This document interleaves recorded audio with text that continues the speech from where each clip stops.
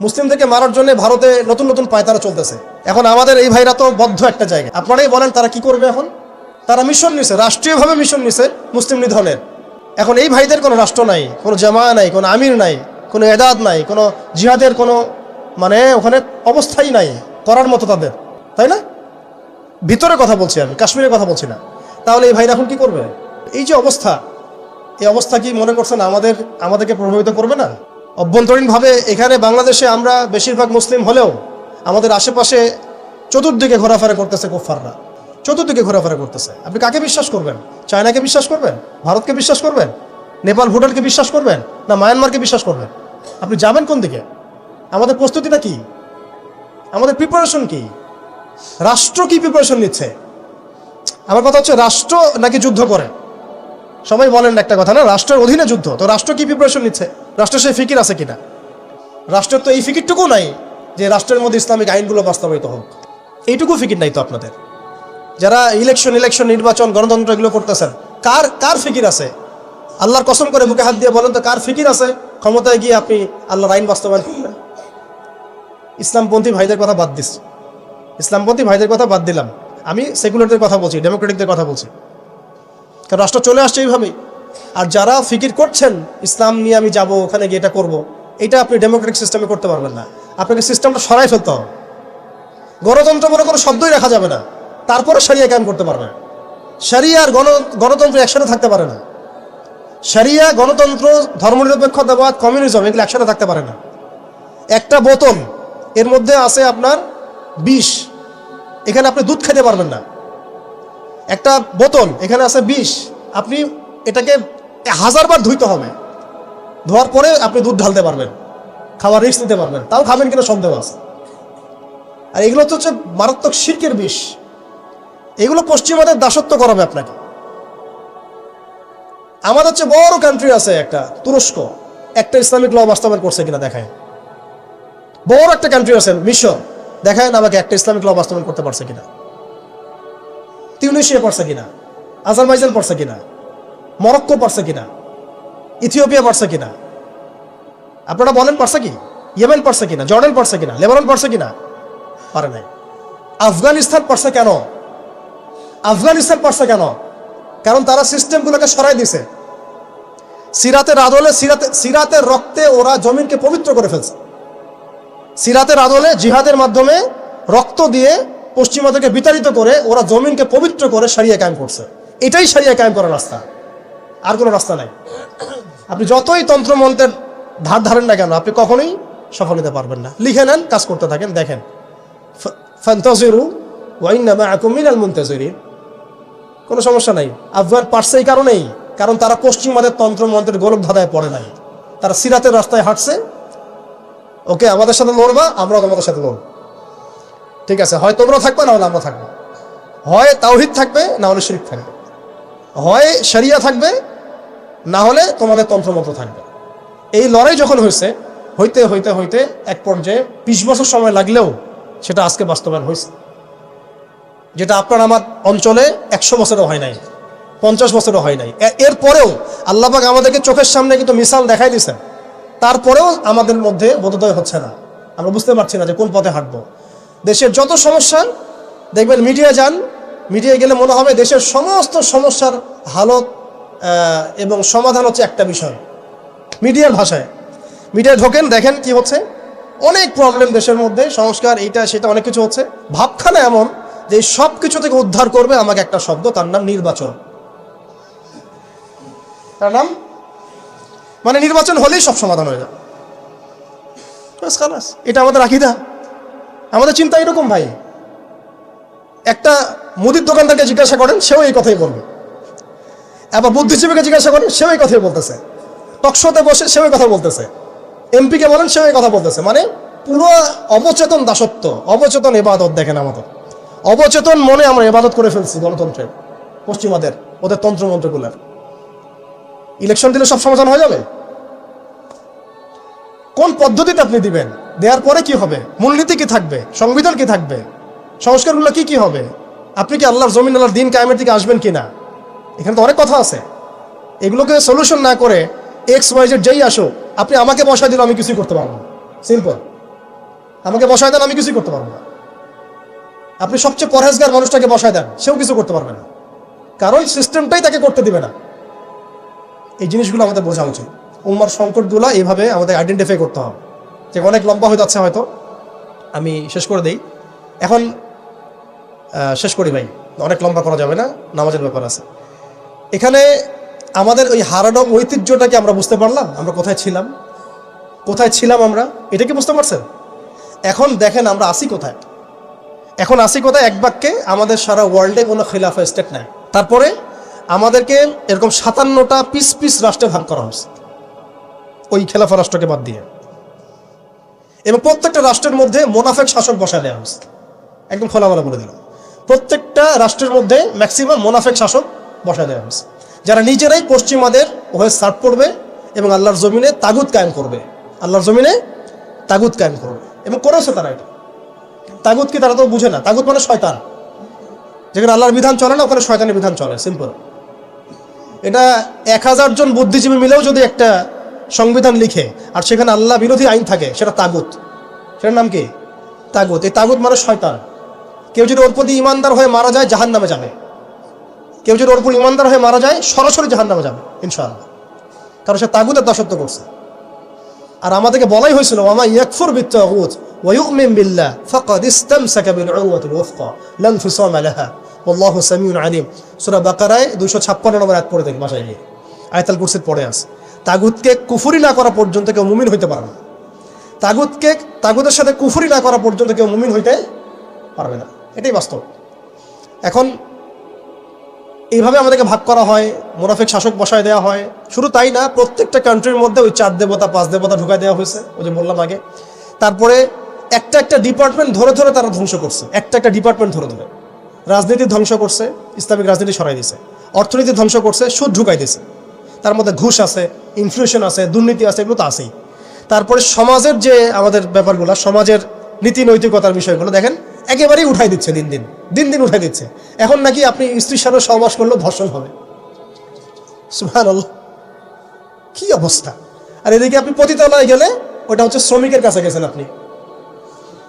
কি বোঝাচ্ছে আমাদেরকে তাহলে? এটাই তো নাকি? আর স্ত্রীর সাথে একটু জোরাজুরি তো হইতেই পারে, এই জোরাজুরি তো ভালো, এর মধ্যে মহব্বত আছে। আর আপনি নাউজুবিল্লাহ কেউ যাবে পতিতালয়ে, তাদেরকে বলা হচ্ছে তারা শ্রমিক। তার তসলিমা নাসরিনকে আমরা এখান থেকে বিতাড়িত করছিলাম কেন? ঘুরে ফিরে তো সেটাই আসতেছে। সমাজকে ধ্বংস করছে, অর্থনীতি ধ্বংস করছে, রাজনীতি ধ্বংস করছে, মিডিয়াগুলো ওদের হাতে নিয়ে নিছে। মিডিয়া হাতে নেওয়া মানে হচ্ছে দিনকে ওরা রাত বানাই দেবে, রাতকে দিন বানাই দেবে। আর আপনারা তাদেরকে এত বিশ্বাসও করেন, অনেকে একটু ইসলামিক নিউজ করলে আপনারা বিশ্বাসও করেন। আসার সময় যে আমরা মাওয়াদি আসলাম, ওখানে দেখবেন একটা পোস্টার আছে বড় করে, সেটাতে লেখা আছে যে ওই যে আবু সাইদের ছবি দেওয়া আছে কি নতুন বাংলাদেশে স্বাগতম না, এরকম কিছু একটা। নিচে লেখা আছে প্রথম আলো। দেখেন এদের চরিত্র দেখেন। এরা বিগত প্রায় শুরুর থেকে এরা আজ পর্যন্ত এই তাগুতের সার্ভ করছে, ভারতের দালালি করছে, ফ্যাসিস্টের দোষক ছিল। এরা আমাদেরকে জঙ্গি বানাইছে, এরা বহু মানুষকে কারাগারে পাঠাইছে, এরা বহু মানুষের গুমের জন্য দায়ী, খুনের জন্য দায়ী, হত্যার জন্য দায়ী, ফাঁসির জন্য দায়ী। এরা আবার পাল্টি মারলো পরিবর্তিত বাংলাদেশ। দেখছেন? এই হচ্ছে মিডিয়ার অবস্থা। প্রত্যেকটা মিডিয়া ওরা হাতে নিয়ে নিছে, এবং এর সাথে প্রযুক্তিগত উন্নয়ন। আমি তো বলছিলাম যে আমাদেরকে এইভাবে মনিটর করা হতো যে আমাদের ফোনে যদি আপনি একটা কল দেন, মেসেজ করেন, তাহলে আপনি ট্রেস হয়ে যাবেন। এইভাবে মনিটর করা যায়। আপনি গোপনে আপনার স্ত্রীকে কি বলছেন সেটা তারা শুনতেছে আড়ি-পেতে। আমি জানি না আপনি আপনার ওয়াইফকে ফোনে গোপনে কি বলতেছেন। কিছু আলাপ হতে পারেন, অ্যাডাল্ট হতে পারে কিনা, ওইটা তারা রেকর্ড করতেছে। আর এখন প্রশ্ন হচ্ছে যে এই ওদের যে অগ্রগতি, আমাদের যে অধঃপতন, এই জিনিসটার জন্য কি শুধু তারাই দায়ী না আমরাও দায়ী আছি? শুধু কি তারাই দায়ী না আমরা দায়ী আছি? আমরা আমাদের আগে দোষগুলো খুঁজে বের করব, আমরা নিজেরা আমাদের আগে ল্যাকিংসগুলোকে খুঁজে বের করব। আপনি দেখবেন, খুঁজতে থাকেন, প্রথম ল্যাকিংস পাবেন আপনি, আমি, বেশিরভাগ মানুষই জীবনের মৌলিক উদ্দেশ্য থেকে সরে গেছে। আমরা দুনিয়াদার হয়ে গেছি ভাই। আমরা এই দুনিয়াতে এইভাবে থাকার জন্য আসি নাই। আল্লাহ পাক আমাদেরকে পাঠাইছেন এই দুনিয়াতে 2টা কাজ দিয়ে। একটা হচ্ছে আল্লাহর ইবাদত করতে হবে এবং তার জমিনে দিন কায়েম করতে হবে। এখানে আমি অন্য কোনো উদ্দেশ্যে আসি নাই। আমরা মুসাফির এখানে সবাই। আল্লাহ পাক বলেছেন ওয়ামা খালাকতুল জিন্না ওয়াল ইনসা ইল্লা লিয়াবুদুন, আর ইন তানসুরুল্লাহ ইয়ানসুরকুম ওয়া ইউসাব্বিত আকদামাকুম ওয়ালা তামুতুন্না ইল্লা ওয়া আনতুম মুসলিমুন। কতগুলো আয়াত আছে। ইন্নাল্লাহা লা ইউগাইরু মা বিকওমিন হাত্তা ইউগাইরু মা বিআনফুসিহিম। আয়াতের পর আয়াত বলা যাবে আমাদেরকে এই দুনিয়াতে পাঠানো হয়েছে দুইটা কাজ। আমাদেরকে আল্লাহর ইবাদত করতে হবে এবং আল্লাহর জমিনে তার দিন কায়েম করতে হবে। এটা আমাদের কাজ, বাকি সব কিছু গৌণ, এগুলো মুখ্য কাজ, মেইন। এবং আমাদেরকে দিন দেয়া হয়েছে কেন? হুয়াল্লাযী আরসালা রাসূলাহু বিল হুদা ওয়া দীনিল হক লিইয়ুযহিরাহু আলা দ্বীনি কুল্লি। এই দিনটা আল্লাহ পাক দিয়েছেন এই কারণেই যাতে এই দিন অন্য সমস্ত দিনের উপর জয়লাভ করে। তো জয়লাভ কখন করবে? যখন আমরা ফিকির করবো তখন। এটা কি আবরাহার যুগ যে আবাবিল পাখি এসে পাথর ছুড়বে? বলেন, এখন পাথর আপনাকে আমাকে ছুড়তে হবে? এটা তো আবরাহার যুগ না। নবী সাল্লাল্লাহু আলাইহি ওয়াসাল্লাম শুধু দোয়া দিয়েই কি সব হয়েছে? দোয়ার সাথে চেষ্টা করেন নাই তিনি? এমনকি বদর যুদ্ধের দিনও তিনি কূপ দখল করলেন, ভালো জায়গাটাতে শিবির গাড়লেন, সৈন্য বিন্যাস করলেন। সব কিছু যখন ঠিকঠাক মতো হয়ে গেল, তারপরে বৃষ্টি আসলো আল্লাহর পক্ষ থেকে, তিনি দোয়া করা শুরু করলেন। এই দোয়ায় আল্লাহ পাক ফেরেশতা নাজিল করল। তাহলে কি আমাদের কাছে একমুখী না সব কিছু করতে হবে? এখন আমাদেরকে এই ল্যাকিংসগুলোকে খুঁজে বের করতে হবে। আমাদের ল্যাকিংস কোথায়? এই ইমানের দুর্বলতা, জীবনের উদ্দেশ্যে দুর্বলতা। আমরা দুনিয়াদার হয়ে গেছি, ভোগবিলাসী হয়ে গেছি, আমরা আমাদের ঐতিহ্য ভুলে গেছি, আমাদের শেকড় ভুলে গেছি, আমলে ঘাটতি হয়ে গেছে, হারাম খোর হয়ে গেছি, আমরা জেনাকার হয়ে গেছি, আমরা ফ্রি মিক্সিং করতেছি, পরকীয়া করতেছি, ঘুষ খাচ্ছি, দুর্নীতি করতেছি, সুদ খাচ্ছি। আমরা করতেছি এগুলো পশ্চিমারা করতেছে না। আমাদের ল্যাকিংসগুলোকে আমাদেরকে দূর করতে হবে। ইলমের ঘাটতি হচ্ছে, আমলের ঘাটতি হচ্ছে, আলেমদের সাথে সোহবত নাই, তাসকিয়া নাই, পড়াশোনা নাই। কি করতেছি ভাই আমরা? আসলে কি জন্য আসছি আর কি করতেছি? এইখান থেকে ভবিষ্যৎটা হচ্ছে এই যে ইনশাআল্লাহ এই দিন বিজয় লাভ করবেই। আজ হোক আর কাল হোক, আল্লাহ পাক এমন জামা, এমন ইমারা, এমন আল্লাহর সেনাবাহিনী তৈরি করবেন যারা আস্তে আস্তে আস্তে আস্তে জন্য জয় করবে। এটা লেখা হয়ে গেছে। ইমামুল মাহদী আসবেন, লেখা হয়ে গেছে। এমন একটা সমাজ ব্যবস্থা আমরা দেখেছি 1400 বছর আগে, যে সময়টাকে ইতিহাস দুটা শব্দে আইডেন্টিফাই করে, আইয়ামে জাহিলিয়া। এক কথায় আইয়ামে জাহিলিয়া, অন্ধকারের যুগ। অন্ধকারের যুগ, দ্য এজ অফ ডার্কনেস, অন্ধকারের যুগ। এই অন্ধকারের যুগ আল্লাহ রাব্বুল আলামিন মাত্র 23 বছরের ব্যবধানে একটা কিতাব নাজিল করে, একজন নবীকে প্রেরণ করে, একজন নবীর সুন্নাহ দিয়ে, এবং একটা জামা, সাহাবায়ে কেরামের জামা, মানে ঐক্যবদ্ধ একটা প্ল্যাটফর্ম, এটাকে দিয়ে আল্লাহ রাব্বুল আলামিন মাত্র উইদিন 23 ইয়ার্স, মানে মাত্র 23 বছরের ব্যবধানে আল্লাহ রাব্বুল আলামিন এই সমাজের চিত্রটাকেই পরিবর্তন করে দিয়েছে। এটা আমরা দেখেছি মাত্র 23 বছরের ব্যবধানে। তো সিরাতটা যদি আপনাদের পড়া থাকে তাহলে আপনারা বুঝতে পারবেন যে কিভাবে এই পরিবর্তনটা হয়েছে। যাদের সিরাতটা পড়া নাই তাদের বুঝতে একটু অসুবিধা হতে পারে। এই কারণে আমি আপনাদেরকে পরামর্শ দিই, যেভাবে আপনারা কোরআন শেখেন, যেভাবে হাদিসকে গুরুত্ব দিয়ে পড়েন, ঠিক সেইভাবেই নবী মুহাম্মদ সাল্লাল্লাহু আলাইহি ওয়াসাল্লামের পবিত্র জীবনীটাকে শুরু থেকে শেষ পর্যন্ত পড়ে শেষ করতে হবে। তাহলে আপনি ধাপগুলো বুঝতে পারবেন কিভাবে তিনি সমাজ সংস্কার করেছেন। না হলে বুঝতে পারবেন না। কোরআনের একটা আয়াত থেকে আপনি নিজে নিজে একটা দলিল তো বের করতে পারবেন না, একটা হাদিস থেকে আপনি নিজে নিজে একটা দলিল তো বের করতে পারবেন না। সিরাতটা যদি মাথায় থাকে, পুরো সিরাত মোবারক, পবিত্র সিরাত, তাহলে আপনি বুঝতে পারবেন কোন সিচুয়েশনে নবী সাল্লাল্লাহু আলাইহি ওয়াসাল্লাম প্রেরিত হয়েছিলেন, কিভাবে শুরু করেছেন, কিভাবে সামনে গিয়েছেন, কোন প্রেক্ষাপটে কিভাবে তিনি রিয়্যাক্ট করেছেন, এবং কিভাবে আস্তে আস্তে এই দিনটা অল্প গুটি কয়েক মানুষ থেকে পুরো জাজিরাতুল আরবের মধ্যে ছড়িয়ে পড়েছে, প্রতিষ্ঠিত হয়েছে। এক কথায় দিন কায়েম হয়েছে কিভাবে, এটা বুঝতে হলে সিরাত লাগবে। এটা যদি আমরা 2 মিনিটের মধ্যে বলি, তাহলে প্রথমে নবী সাল্লাল্লাহু আলাইহি ওয়াসাল্লাম ওহী প্রাপ্ত হয়েছে। সেই ওহীটা হচ্ছে কোরআন এবং হাদিস এবং সুন্নাহ, এবং সেই ওহী দিয়ে তিনি দাওয়াতের কাজ শুরু করেছেন। তিনি মানুষের দরজায় দরজায় যাওয়া শুরু করেছেন। মক্কায় 13 বছর নিরলস পরিশ্রম করে তিনি দাওয়াতের মেহনত অব্যাহত রেখেছেন, এবং দাওয়াতটা ছিল পরিপূর্ণ ইসলামের দাওয়াত, আংশিক দাওয়াত নয়। আমাদের দাওয়াত, তার দাওয়াতের মধ্যে কিছু পার্থক্য দেখা যায় অনেক সময়। তার দাওয়াত ছিল পরিপূর্ণ ইসলামের দাওয়াত, আমরা কিন্তু ইসলামের অংশ বিশেষ নিয়ে কথা বলি বেশি। এটা খেয়াল রাখতে হবে। তিনি দাওয়াতের কাজ করেছেন পরিপূর্ণ ইসলামের দাওয়াত, উদখুলু ফিস সিলমি কাফা, এর উপর আমল করার জন্য। এখন এই দাওয়াতের ফলে প্রথম 3 বছর গোপন গোপন দাওয়াত হয়েছে, কিন্তু এই 3 বছরেই এমন কিছু সাহাবী তৈরি হয়েছিলেন যারা পরবর্তীতে বদর, উহুদ, খন্দক, খায়বার কাঁপিয়ে দিয়েছিলেন। যেমন আবু বকর সিদ্দিক, ওমর ইবনে খাত্তাব, ওসমান বিন আফফান, আলী ইবনে আবি তালেব, যায়েদ ইবনে হারসা, তারপরে বেলাল ইবনে রাবাহ, হামজা রাদিয়াল্লাহু আনহু, আব্দুর রহমান বিন আউফ, সাদ বিন আবি ওয়াক্কাস, আবু উবাইদা ইবনে জাররাহ, এরকম বরেণ্য সাহাবী যারা, এই সাহাবীরা তৈরি হয়েছেন কখন? ওই প্রথম সময়ের দিকে, প্রথম 13 বছরে, প্রথম 3 বছর গোপন দাওয়াতে এরকম বরেণ্য সাহাবায়ে কেরাম ইসলাম কবুল করা শুরু করেন। এরপরে দাওয়াতের গতি আরও বেগবান হয় যখন মক্কার শক্তিশালী কিছু মানুষ ইসলাম কবুল করেন, যেমন হামজা রাদিয়াল্লাহু আনহু, ওমর ইবনে খাত্তাব, এইরকম কিছু মানুষ। কারণ তাদের একজনের বক্তব্য বা একজনের অবস্থান সমাজে আরও 100 জনের সমান ছিল, 1000 জনের সমান ছিল। যখন সমাজে দাওয়াতের মধ্য দিয়ে প্রভাবশালী কিছু ব্যক্তি ইসলামের দিকে চলে আসে, তখন ইসলাম শক্তিশালী হয় এবং দাওয়াতটা বেগবান হওয়া শুরু হলো। দাওয়াত যত বেগবান হওয়া শুরু হলো, ততই কাফেরদের নির্যাতন বাড়তে থাকলো। দাওয়াত যত বেগবান হচ্ছিল, নির্যাতনের মাত্রা তত বাড়ছিল।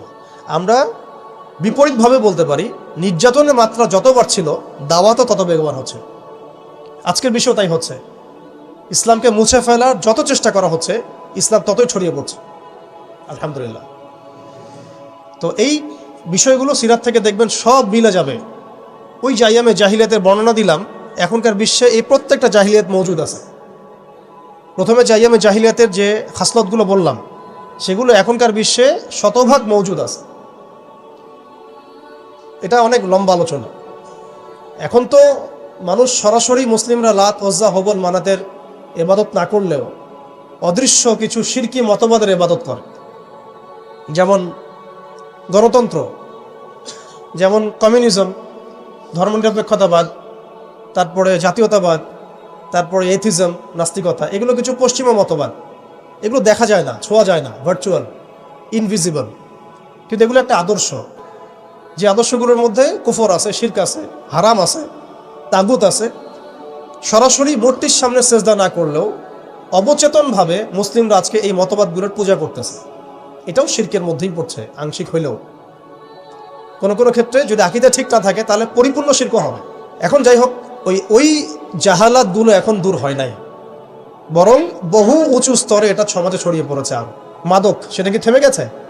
আইয়ামে জাহিলিয়াতের মাদক এখন বরং আরও উঁচু স্তরে আছে। কোন মুসলিম কান্ট্রি আছে যেটা মাদক মুক্ত? আরবের মধ্যেও দেখবেন মানুষ ওপেনে মাদক খাচ্ছে এখন, আরবের মধ্যেই। যারা গিয়েছেন, যাওয়া আসা করেন, তা তো দেখেনি। মাদক থেকে কে মুক্ত? কোন কোন ন্যাশনটা মুক্ত মুসলিমদের মধ্যে? বরং ইসলামিক কান্ট্রিগুলোতে মদকে সংবিধান দিয়ে হালাল করা হয়েছে। ইসলামিক কান্ট্রিগুলো বলি আমরা, যে তথাকথিত ইসলামিক কান্ট্রি, বাংলাদেশকে তো অনেক ইসলামিক কান্ট্রি মনে করে আর কি, ঠিক আছে? পাকিস্তানকে ইসলামিক কান্ট্রি মনে করে, ইরানকে ইসলামিক কান্ট্রি মনে করে, ঠিক আছে? জর্ডানকে ইসলামিক কান্ট্রি মনে করে, লেবাননকে ইসলামিক কান্ট্রি মনে করে। ইসলামিক কান্ট্রি আর ইসলামিক স্টেট এগুলো এক না বিষয়। মুসলিম সংখ্যাগরিষ্ঠ থাকলেই একটা রাষ্ট্র ইসলামিক স্টেট হয় না, হয় না। মুসলিম সংখ্যাগরিষ্ঠ থাকলে একটা রাষ্ট্র কখনো ইসলামিক স্টেট হয় না। একটা রাষ্ট্র তখনই ইসলামিক স্টেট হয় যখন সেটা আল্লাহর আইন দ্বারা পরিচালিত হয়। তো বাংলাদেশ কি আল্লাহর আইন দ্বারা পরিচালিত হয়? সবাই জানি এটা হয় না। এটা হওয়ার ইচ্ছাও কি তাদের আছে? যারা লিডিং রোল প্লে করে তাদের তো ইচ্ছাও নাই, কারণ তারা মনে করে যে ইসলামিক আইন দিয়ে যদি রাষ্ট্র চলে, তাহলে রাষ্ট্র নাকি মৌলবাদী রাষ্ট্র হয়ে যাবে, পশ্চিমারা রাগ করবে, আমেরিকা আব্বু মাইন্ড করবে, ভারত নাকি খেপে যাবে। এগুলো তারা মনে করে। এই জুজুর ভয় তারা আমাদেরকে দেখায়।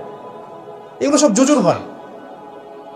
অথচ রাসূলুল্লাহ সাল্লাল্লাহু আলাইহি ওয়াসাল্লাম যখন মদিনা রাষ্ট্র কায়েম করেছেন, তখন বিশ্বে রোমানরা পরাশক্তি ছিল, পারস্যরা পরাশক্তি ছিল। মদিনা রাষ্ট্রের আয়তন এতটুকু ছিল, ছোট না, খুব বড় রাষ্ট্র ছিল না, ছোট একটা রাষ্ট্র, জনসংখ্যাও কম।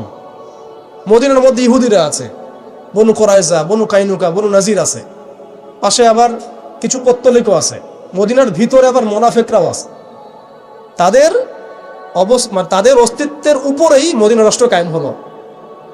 এবং সেখানে আল্লাহ পাকের বিধান বাস্তবায়িত হলো।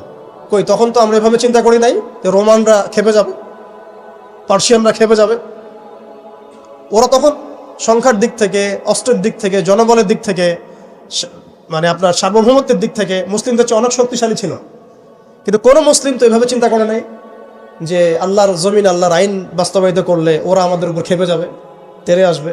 আর আসলেই বাকি যে কয়েকবার তেরে আসছে সেই কয়েকবার তারা নাকানি চুবানি খেয়ে বিতাড়িত হয়েছে। আমরা সেই রোমানদেরকে ডিফিট করেছিলাম, সেই পার্সিয়ানদেরকে ডিফিট করেছি, সেই রোম সাম্রাজ্য, সিরিয়া, শাম এগুলো আমরা বিজয় করেছি, সে পারস্য আমরা বিজয় করেছি। যারা আমাদের এগেনস্টে দাঁড়ানোর চেষ্টা করেছে আল্লাহ পাক ধুলা মানি উড়িয়ে দিয়েছিলেন। কই তখন তো আমাদেরকে এত নেগেটিভ চিন্তা করতে হয় নাই, ব্যাকফুট চিন্তা করতে হয় নাই। এখন হয় কেন?